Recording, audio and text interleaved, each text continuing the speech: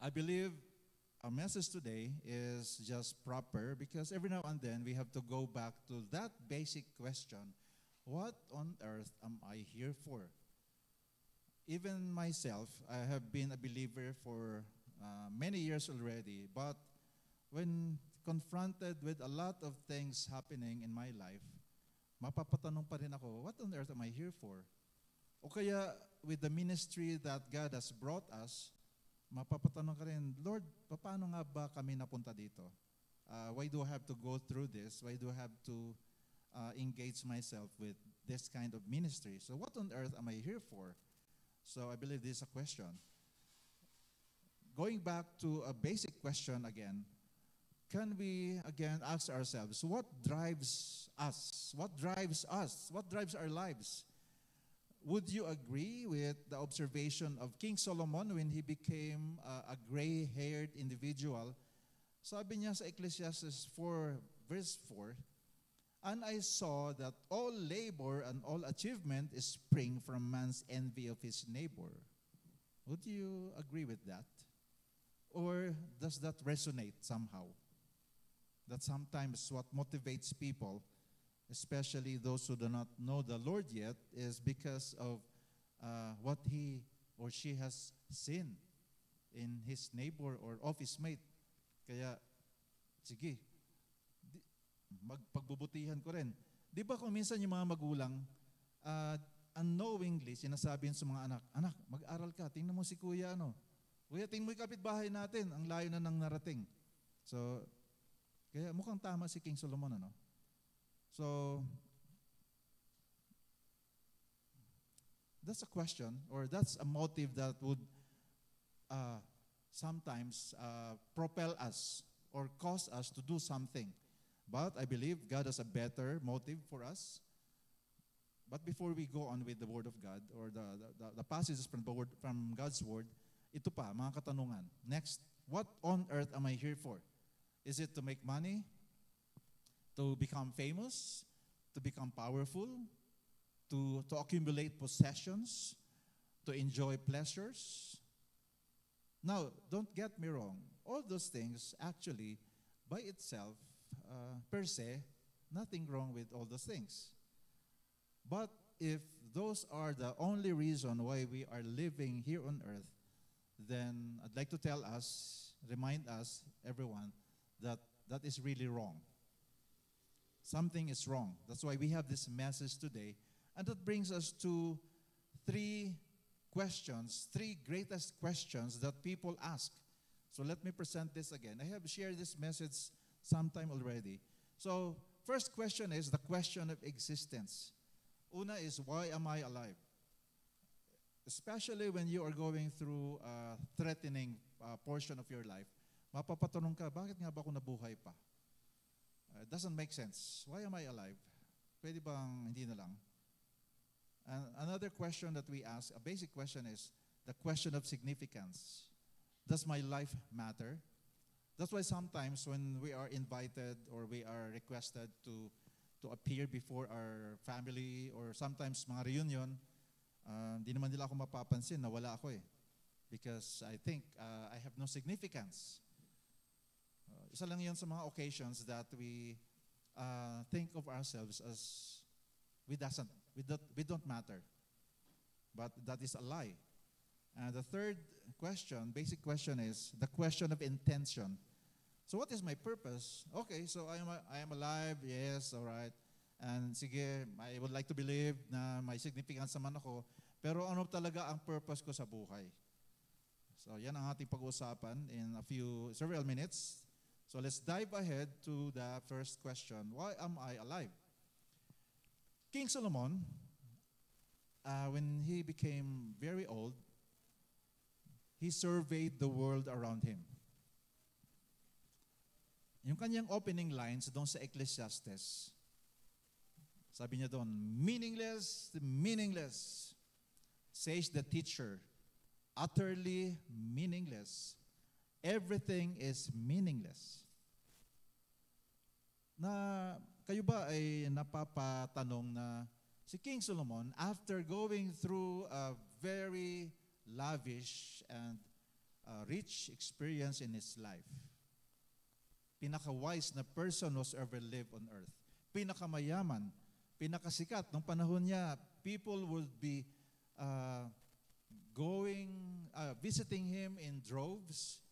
Famous people would go to him and seeking audience from King Solomon. Tapos sasabihin niya when he was old na meaningless ang lahat. Yun ang kanyang opening line sa sa Ecclesiastes. Meaningless, walang saysay. Allow me to go through doon sa dito sa Pinoy version. Just please bear with me. I'm interested how the translator put it. Sabi dito, sabi ng teacher, sobrang hirap. Lahat ay parang mystery, sobrang hirap magets. Hirap magets. Hirap magets. Sobrang hirap, lahat ay parang mystery. So ibig sabihin, meaningless, walang sense. So in this type of literature, when the same word is repeated more than once, it is for the purpose of emphasis. Ganon sa Hebrew language. Pag paulit-ulit na binanggit yung isang word, ini-emphasize talaga niya yun. So dito, exclamation point ito na grabe na sinasabi ni King Solomon. Kumbaga, gawin natin pang phrase na modern ngayon. It's super empty. Sabi niya, life is super empty, no substance. There's nothing to it. Of course, when we are younger, we think that the world is revolving around us. The sun is revolving around us. Kaya ang tingin natin, everything has meaning. But when you begin to reflect later on, actually kahit ngayon na bata-bata pa tayo, when we are alone, mapapaisip ka ngayon, does that make sense? By the way, yung word na teacher in Hebrew, ang word doon is kuheleth, which literally means the one who gathers, the one who assembles, or the one who collects things. So si Solomon at this point, he is a searcher. He is searching for information, for things that would make sense, because he is trying to figure out life. He was trying to figure out why he was even alive. Yung Ecclesiastes parang lumilitaw ngayon na diary ni King Solomon. So, my friends, whether or not we are willing to admit it, I believe deep within most of us, there is that kind of restlessness. That's why we have this sense of adventure. Parang nangangati tayo na gumalaw. Galaw ng galaw. Hindi lang sina Lucas at Gael yung ganon. Pati rin tayo pag may edad na, galaw ng galaw pa rin. That kind of restlessness because we're trying to still make sense. Now, let me continue in verse 3. Sabi ni King Solomon, what does man gain from all his labor at which he toils under the sun? Sometimes that becomes a question. Mga young people, this is not to douse cold water sa inyo. Actually, maganda to para ngayon, mapapaisip kayo na lahat ng gagawin nyo ngayon is according to God's desire. Kasi parang lumalabas, sayang, nagpagod ako, nainitan ako, tapos ganun lang. Tapos many years later, isang prophet, si Jeremiah, he asked a very important question also in Jeremiah 20 verse 18. Sabi niya, in exasperation, sabi niya, why did I ever come out of the womb to see trouble and sorrow and to end my days in shame? Si Jeremiah, obeying God, he went to those who are in power to remind them that if they will not obey God, they will suffer the consequences. Ang nangyari, si Jeremiah pa ang pinagalitan ng hari. So, Jeremiah, obeying God, went to the king, "O king, our loving God has a message for us. He is telling us to change our ways so that we might not go through the consequence of disobedience." So, ang nangyari, parang yung nung unang panahon, ang mga hari, kaya kung napapanood niyo sa mga movies or nababasa niyo, ang bawat palasyo noon, meron silang tinatawag na jester or joker. Kasi ang hari, pag siya ay nai-stress, tatawagin the court jester para magpatawa. Magtumbling-tumbling o kaya kung ano nang gagawin para yung hari mapatawa lang. Kasi stressful ang buhay ng hari. Kaya, pag merong dumarating kung minsan na magbibigay ng hindi magandang balita, ipapapatay yung taong nagdala ng bad news. Wala namang kinalaman yung nagdala ng bad news, nagkwento lang siya. Kaya ito, ang nangyari kay Jeremiah, siya pa, pinakulong pa siya ng hari. Ang hirap ng buhay na yan. So, as we are beginning this message, napakalungkot na commentary ang binabanggit ngayon, especially that a lot of people, even knowledgeable people, they were trying to figure out why do we even exist? Bakit nga ba tayo nabuhay? Maraming mga tao nag-attempt sila but they failed. That's why we are going through with the Word of God this morning. King Solomon also in Ecclesiastes 1:9, he said, what has been will be again, what has been done will be done again. There is nothing new under the sun. Sa part na to, ito yung sinabi ni King Solomon, ang araw daw ay sisikat sa silangan, tataas sa langit, tapos bababa na naman sa west. Ganun daw. Ganun, paulit-ulit ang buhay. So, ang ginawa ni King Solomon, he decided to search continually and he tried to search from within. So, according to Ecclesiastes chapter 1 verse 17, ang sabi ni King Solomon dito, he wrote sa kanyang diary, then I applied myself to the understanding of wisdom. Ang tawag dito na searching from within, ang tawag dito ay mystical approach. Ibig sabihin, people, they are attempting to look for purpose within. Dito sa sarili. Dito sa sarili. Ako, I have tried this when many times I was still in Manila trying to figure out. But I was attempting to search for the answer from within. And I realized na that was foolishness. Kasi wala pala akong talagang may isasagot. Have you tried doing it? Trying to figure out from within lang. Isip pa ng isip. Parang lahat na ng buhay mo ay hinahalongkat mo. You're trying to figure out ano bang sagot, pero you would end up nothing. That's my experience before. Kaya nga, pero still bumibenta pa rin yung mga self-help na mga books sa mga bookstore, especially noon. Ngayon naman sa internet, download kasi nakalagay doon, you have to invent your purpose. Discover your dreams. Go after your goals. Have some ambitions. Parang magandang pakinggan, no? Aim high. Believe you can achieve. Have faith. Figure out what you are good at and never give up. Sa surface, parang okay yun, ano? Pero, saan mo kukunin lahat ng mga yun? Yun ang problema. So, pag tinuloy niyo basahin yung verse 17 ng chapter 1, sorry, wala na dyan.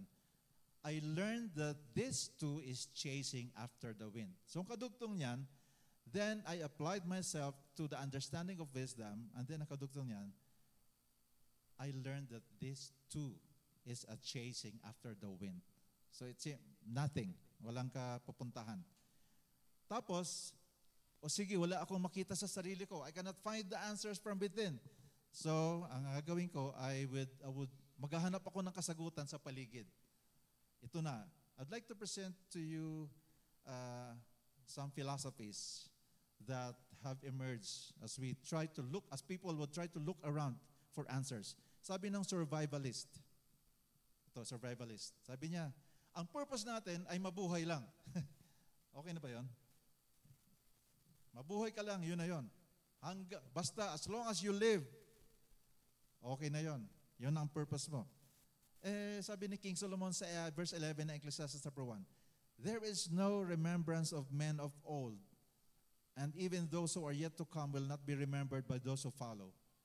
Unfortunately, mga kapatid, except yung mga close na family members, pag tayo ay pumanaw sa lupang ito, di na tayo masyadong maalala. Yung close lang, yung immediate family members, yun lang makakaalala sa atin. Pwede nga hindi pa eh. So, hindi pwede yung survivalist. Tapos yung isa naman, yung the hedonist, ang sabi naman dito, ang purpose na ng buhay ay magpakasaya lang. Ibig sabihin, walang katapusang party. Party.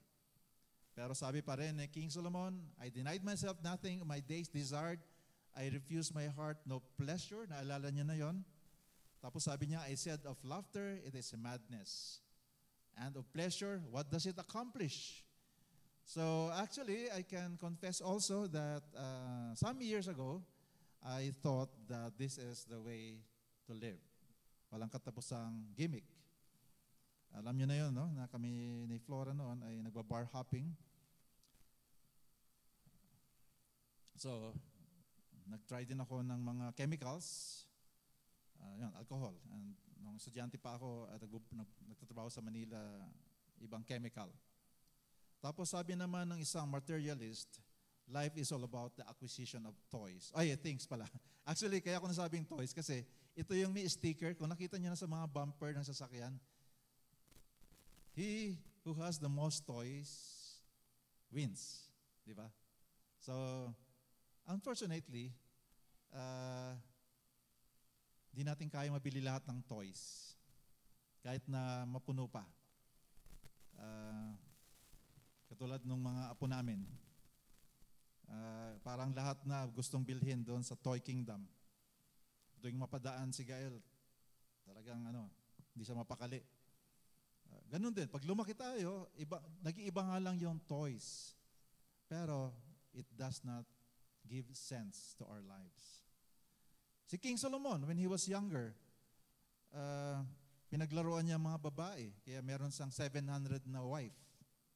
Grabe no? Gusto ko mag-joke din, kaya lang baka ma-offend yung huwag ka lang dagdagan ng joke. Kasi 700 wives, 700 mother-in-law, parang ganun. Nasabi ko pa rin, sorry, ako mahal ko yung mother-in-law ko.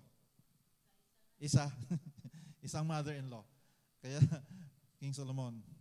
Pero pagdating niya nung tumanda na siya, ang lumalabas pa rin, meaningless, utterly meaningless.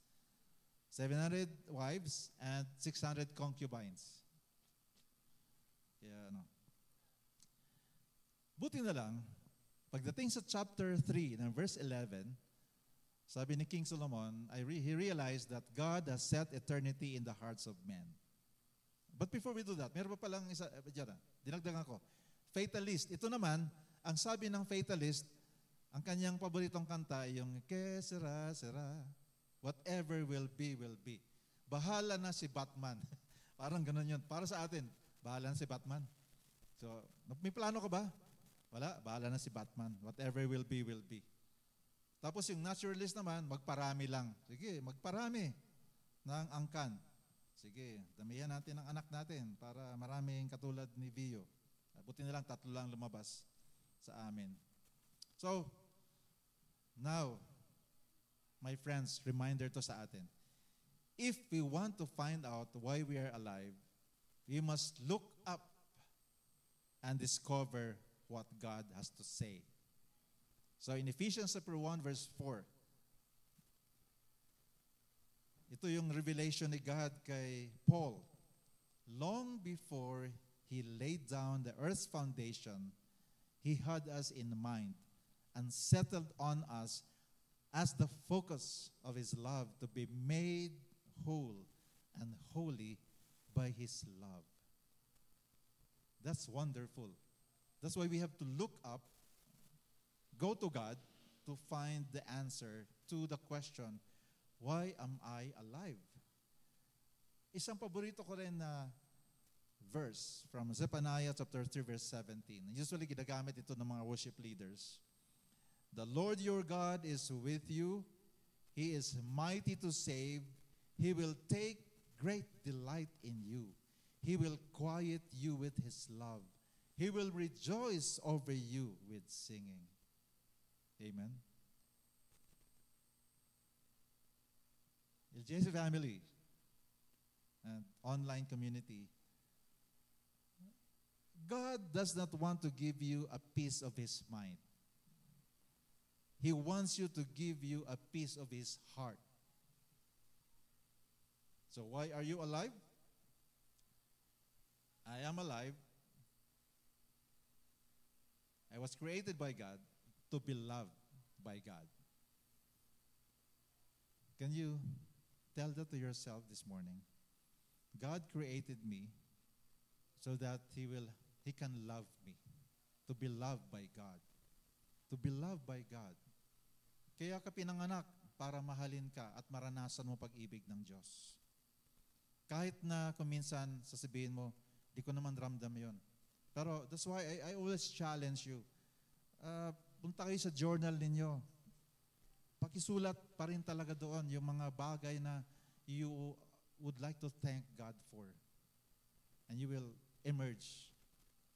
Pagkita nyo sa notes nyo, o nga, God has been loving me the whole time, even if I thought He was not.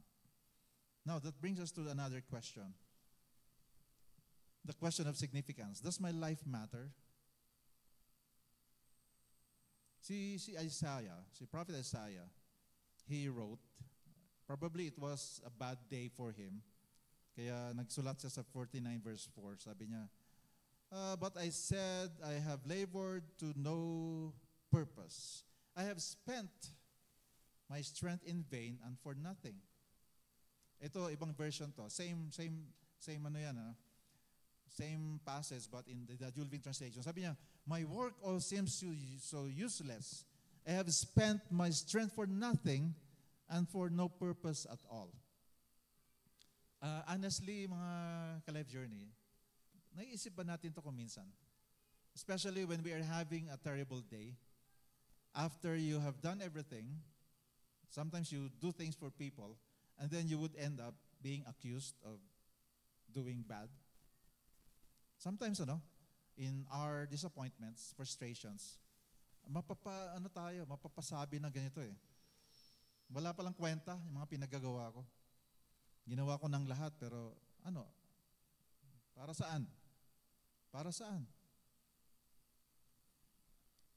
Si King Solomon, may binanggit pa rin niya siya dyan. Sa Ecclesiastes chapter 2 verse 17, sabi niya, so I hated life because the work that is done under the sun was grievous to me. All of it's meaningless at chasing after the wind. So, it happens, even to believers. In our frustrations, we would be blurting out something like this. So, unfortunately, yung hindi pa nakakilala sa Panginoon, ang ginagawa nila, meron 3 levels dito ng mabuhay. So, there are 3 levels of life. Ang isa, yung survival mode. Many people actually are in this mode. Mag-survive lang. Kaya, kung napansin nyo, pag meron kayong kinukumusta ng mga kaibigan, kumusta? Ito, surviving. Honest lang naman sila. Ito, buhay pa rin. O kaya, pareho pa rin ng dati. Yun ang usual na mga sagot. Pareho pa rin. The same. Survival mode. So, surviving, not thriving. Tapos, actually, maraming tao naman nandun sa success level. Most people, even Christians, are in that level, success. Pero ang kanilang reference ay yung pamantayan ng mundo. Kaya, sasabihin nila na, success naman. Napagtapos ko yung mga anak namin, may tirahan naman kami, meron kaming TV, may washing machine, may computer, smart TV, yung aming TV, nakakapag-travel naman. So, yes, I believe nasa success level naman kami. But God has something better for us. And that brings us to that level, yung tinatawag na significant life, significant living. When we are with God, this is the only way to live. To live a life of significance. But then again, the question is how? How can I live with significance? of course, babalik tayo ngayon sa Panginoon. Ano nga bang sabi ng Panginoon? Ang sarap nito, na-discover ng psalmist in Psalm 139 verse 16. Sabi niya, si Isaiah pala muna, sorry. Si Isaiah, when he was having this fellowship with God, God told Isaiah, ganito, sabi ni God kay Isaiah, I am your creator. You were in my care, even before you were born. I believe this is not just for Isaiah, Life Journey family and friends. This is for you, for me this morning. So when we are looking for significance, can I invite you continually? Let's go to God and allow Him to affirm us. Na mangusap si Lord sa atin. I am your creator. You were in my care even before you were born. This is very critical, especially when we are going through, again, a season of disbelief, a season of really asking God if my life matters.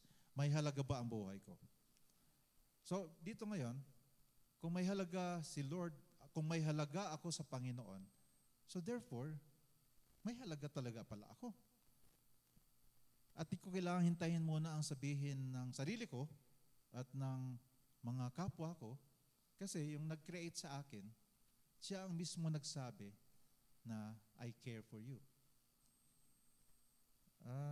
Dito sa lupa, may similar na ganyan, no? Dito sa lupa, lahat daw ng anak na lalaki, gwapo. Pag tinanong mo yung nanay niya. So, lahat ng lalaki, gwapo. Sabi ng nanay. Sabi ni mami, gwapo daw ako eh. Kasi ganyan ang mga nagmamahal, magpakita ng significance.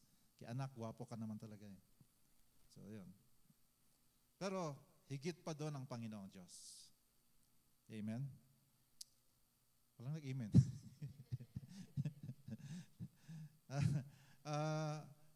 That's why I can confidently state this. Your life has been divinely planned. That's how much you matter to God.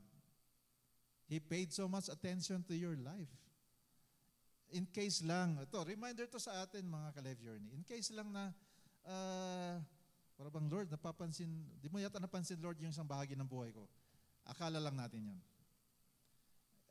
Ito, punta na tayo kay Psalmist. Sabi sa Psalm 139 verse 16, Your eyes saw my unformed body. All the days ordained for me were written in your book before one of them came to be.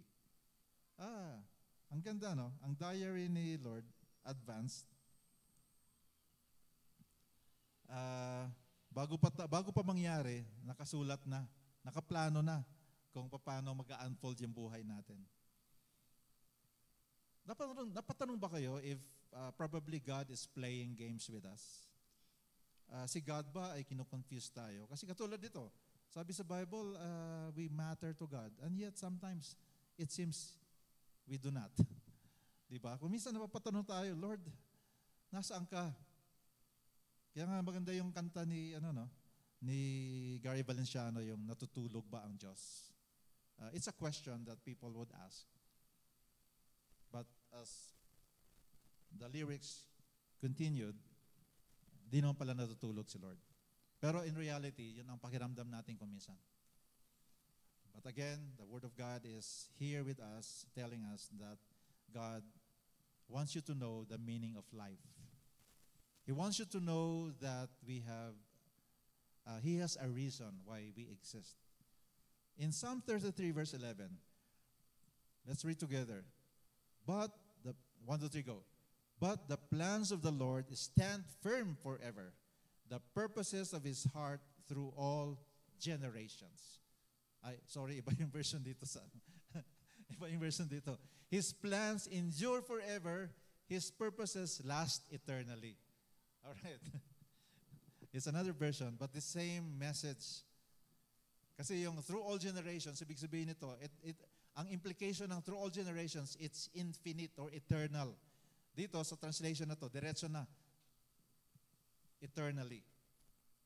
Pang-eternity, yung significance mo, Life Journey family. Hindi lang pang panahon ngayon, pang-eternity ka. Kaya pwedeng pag-isabi sa katabi mo with love na, kapatid, pang-eternity ka pala. Ayun ang significance mo. Pang-eternal. So, again, the question, does my life matter? So, does my life matter? Anong sabi ni Lord? You matter so much that I intend to keep you alive for the rest of eternity. So, marami ba verses dito, no? Ito, does my life matter? I was made to last forever. You are made to last forever. My forever. Okay, Lord. Of course, we are talking about not just living here on earth, but in eternity. After we cross our earth existence to that place where God is, tuloy-tuloy. Ibig sabihin, hindi ka disposable. Tama ba? Hindi ka disposable, Life Journey family. Kasi dito sa lupa, marami ditong disposable, di ba? Lahat, pati ngayon, yung mga sandbags ngayon, dapat nabubulok na. Dati yung mga plastic bags, hindi nabubulok. Ngayon, dinesign na nila na hindi nagtatagal, nabubulok na. Pero tayo, we were designed by God to last forever. Amen.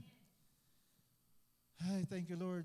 Thank you, Lord. Sige, next question is, the question of intention.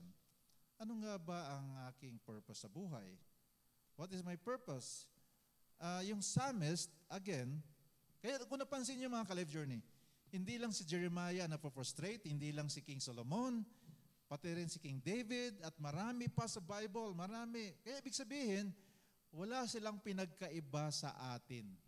Every now and then, mapapatunon din tayo. Katulad dito, ang psalmist, sabi niya, in desperation to God, he was crying out, God, why did you create me?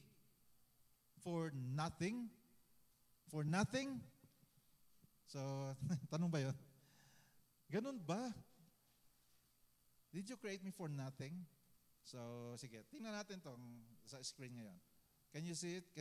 Kaya ba niyo sagutin kung ano ang gamit ng mga yan? Hindi ko rin alam.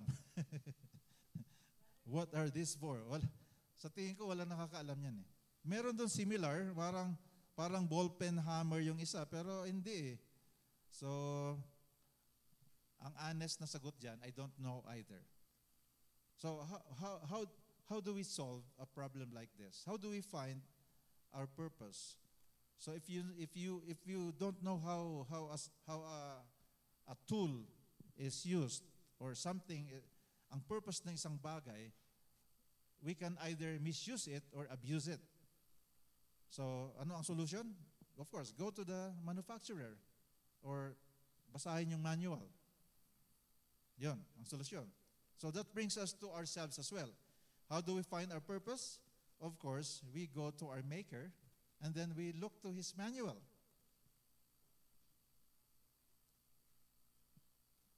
Nandito ang manual ng Maker ko para malaman ko kung anong purpose ko.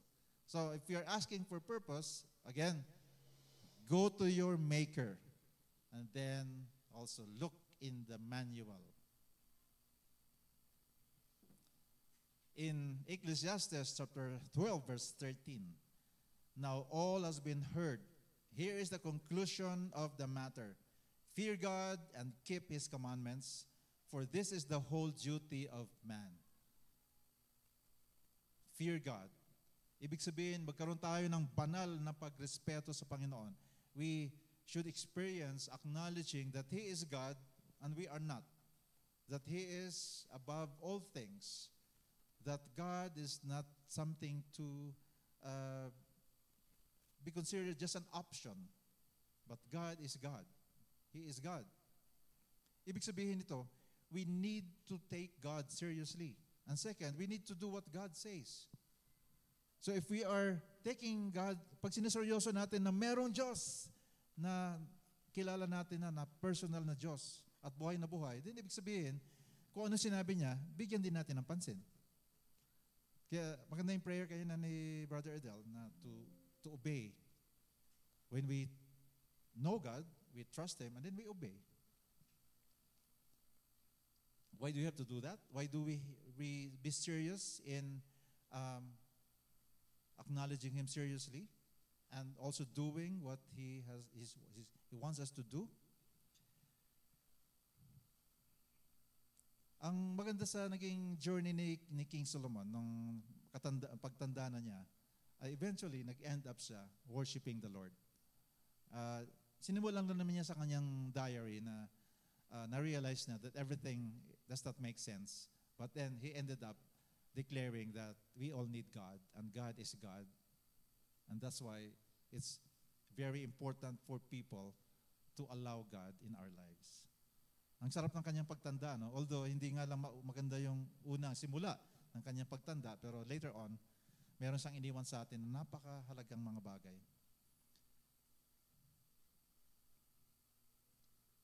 That brings us also to the revelation of God to Apostle Paul in Colossians chapter 1 verse 16.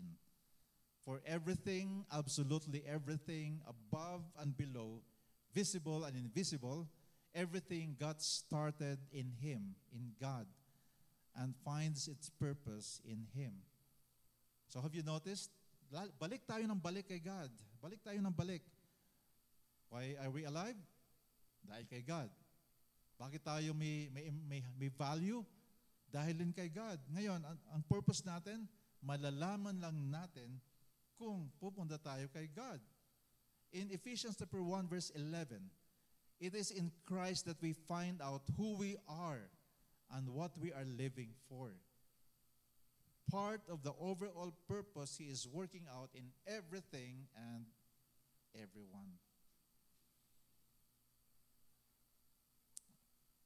The more we get to know God, therefore, the more we are going to understand the ways and the wisdom of God.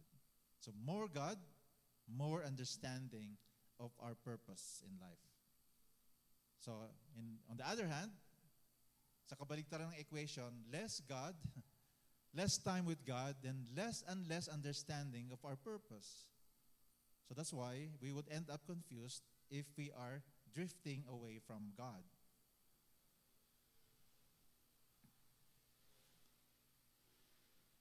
So ibig sabihin, if we are going to get to know God's purpose for our lives, then we have to get to know Him continually.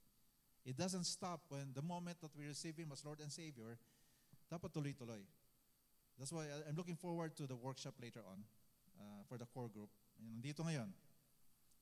So, as we are about to wrap up our message today, I hope that we are being reminded that we are really valuable to God. We have a sense of purpose.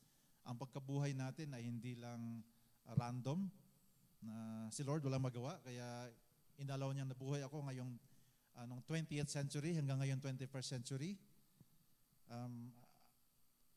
Ako ay, sabi ng mga nag-observe, ako daw I belong to the boomer generation. So kami mga boomer hanggang 1963, kami ni Nabar Jonathan, Sister Flora, si na Flora, si Flora 64, ay hindi na siya boomer. Millennial na. Kami lang palang tatlo dito ang boomer. Ang generation namin, naranasan namin lahat ng maraming pagbabago sa mundo. Maliit pa ako, nakwento ng nanay ko na may tao daw nakarating sa buwan. Yun yung time na pinanganak ako eh. Tapos later on, na-witness namin yung pagbabago ng technology. Dati nakita ko pa ang mga radio at TV vacuum tube. Kaya malalaki noon. Tapos later on, naging transistor radio. Kaya dala-dala na. Bit, kahit saan, kahit sa farm. Yung lolo ko noon, pahilig makinig ng mga radio stations, galing Manila, kaya ang haba ng mga wire na nilalagay. Tapos later on, ang radio ay pwede na pakinggan sa cellphone. Di ba? TV, dito na rin. I was into electronics, and according to this popular electronics na magazine, a time will come that you will be having conversation through your phone and you can see the person on the line, at the other end of the line. Nung time na yon, although I was into technology, I cannot still figure out how it will happen. Kasi ang TV noon, ang lalaki. So how can you call other people with all that huge screens? Pero, ito yung generation namin, at naabutan din ng mga millennial, kung paano nabago yung technology.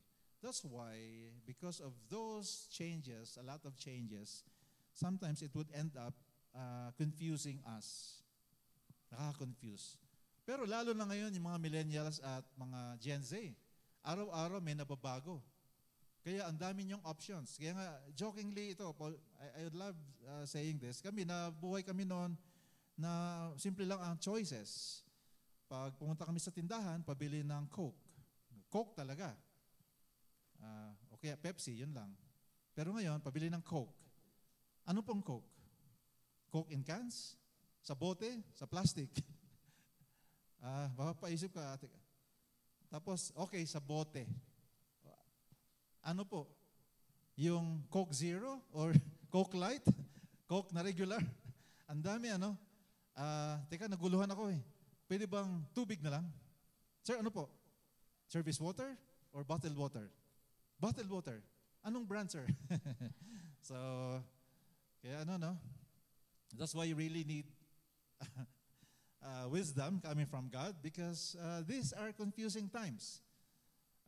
Marami sa amin na nag-decide na ayoko ng technology. Balik na lang ako sa dati. Kaso we cannot avoid it.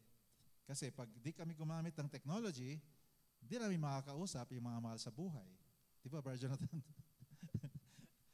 How can you talk with your loved ones doon sa ibang continents?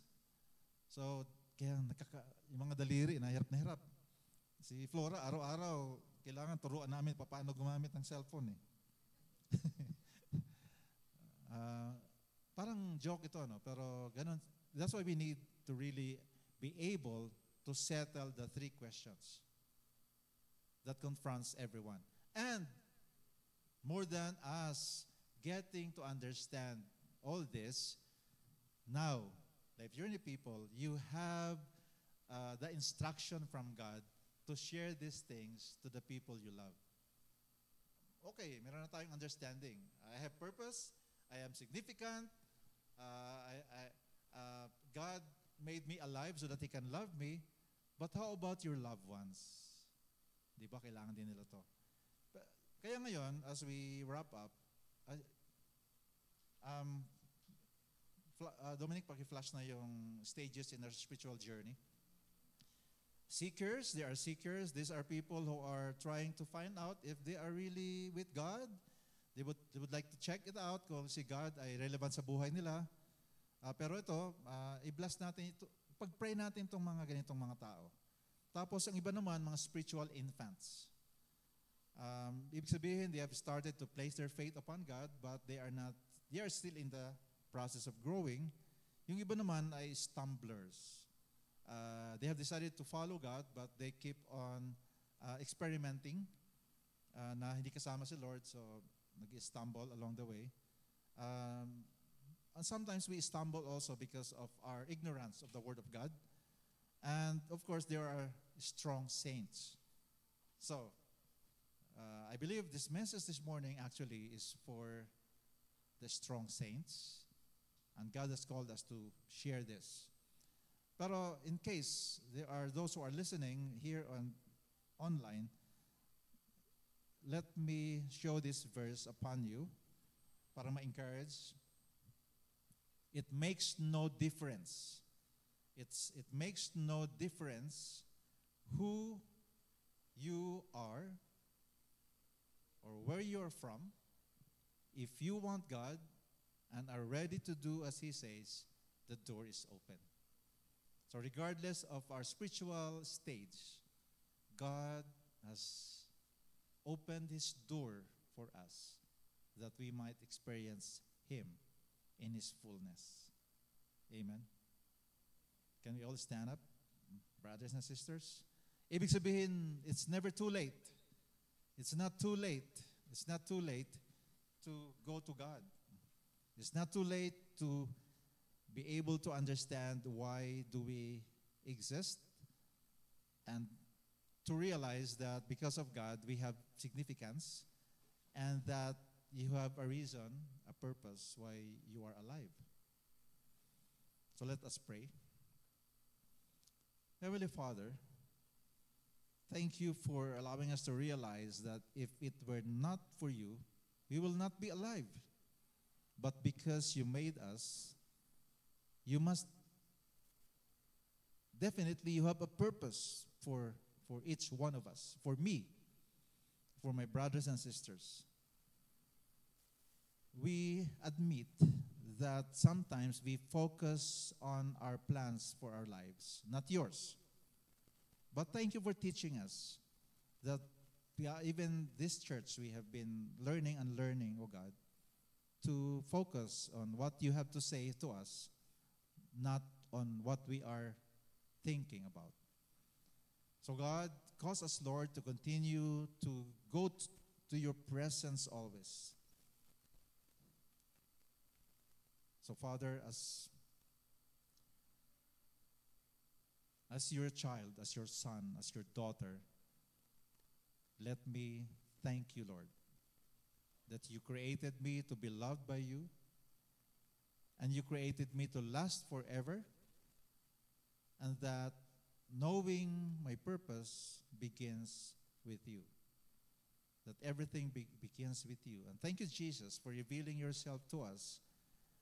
And that is the most important miracle that happened to us, to each one of us, when you were revealed to us as our Savior, as our Lord. So this morning, once again,